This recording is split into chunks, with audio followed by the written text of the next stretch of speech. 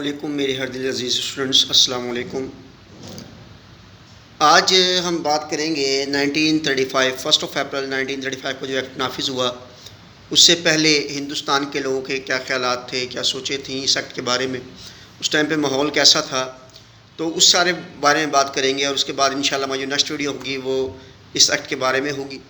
Basically یہ بات ذہن میں رکھیے گا کہ جب یہ ایکٹ نافذ ہونے سے پہلے حالات یہ تھے کہ لوگ یہ سمجھ رہے تھے کہ جب یہ ایکٹ آئے گا تو اس کے بعد جو ہے موسٹلی جو ہے انگریز شاید یہاں سے چلے جائیں گے، شاید کوئی ایسا ایکٹ ہوگا جس کے اندر جو ہے باقاعدہ طور پہ یہاں کے جو لوگ ہیں ان کو آزادی مل جائے گی، اور پھر ہندو مسلمان جس طرح پہلے اکٹھے رہتے تھے اس طرح اکٹھے رہ سکیں گے، اور دوبارہ وہ اپنی جو نارمل زندگی اس کو جی سکیں گے، کیونکہ ہندوستان کے لوگ انگریزوں کو پسند نہیں کرتے تھے۔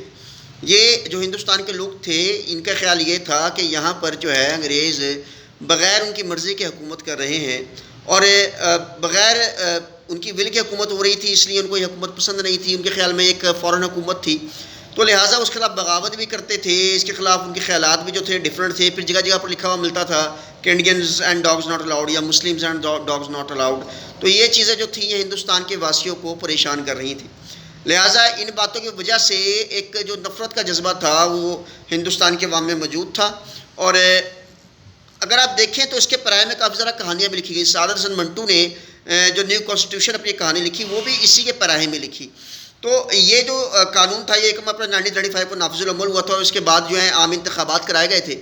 لیکن حقیقت یہ ہے کہ اس سچویشن کے اندر یہ بات بھی قابل عمل ہے کہ ہمیں یہ بھی دیکھنا پڑے گا کہ اس ٹائم کے لوگ کیا سوچتے تھے۔ اس کے لوگوں کا خیال یہ تھا کہ انگریزوں کو یہاں چلا جانا چاہیے، کوئی ایسا سسٹم ہو جس سے انگریز چلے جائیں۔ جب یہ 1935 ایکٹ کا اعلان ہونے والا تھا، جب لوگوں کو پتہ لگ رہا تھا کوئی نیا قانون آ رہا ہے، تو ان کو یہ لگ رہا ہے شاید ان کی آزادی کے دن آ رہے ہیں، شاید ان کی خوشحالی کے دن آ رہے ہیں، شاید ان کے اوپر جو ہے اب جو مصیبتیں، پریشانیاں، جو دکھ و تکلیفوں کے جو رجحانات ہیں وہ کم ہو جائیں گے۔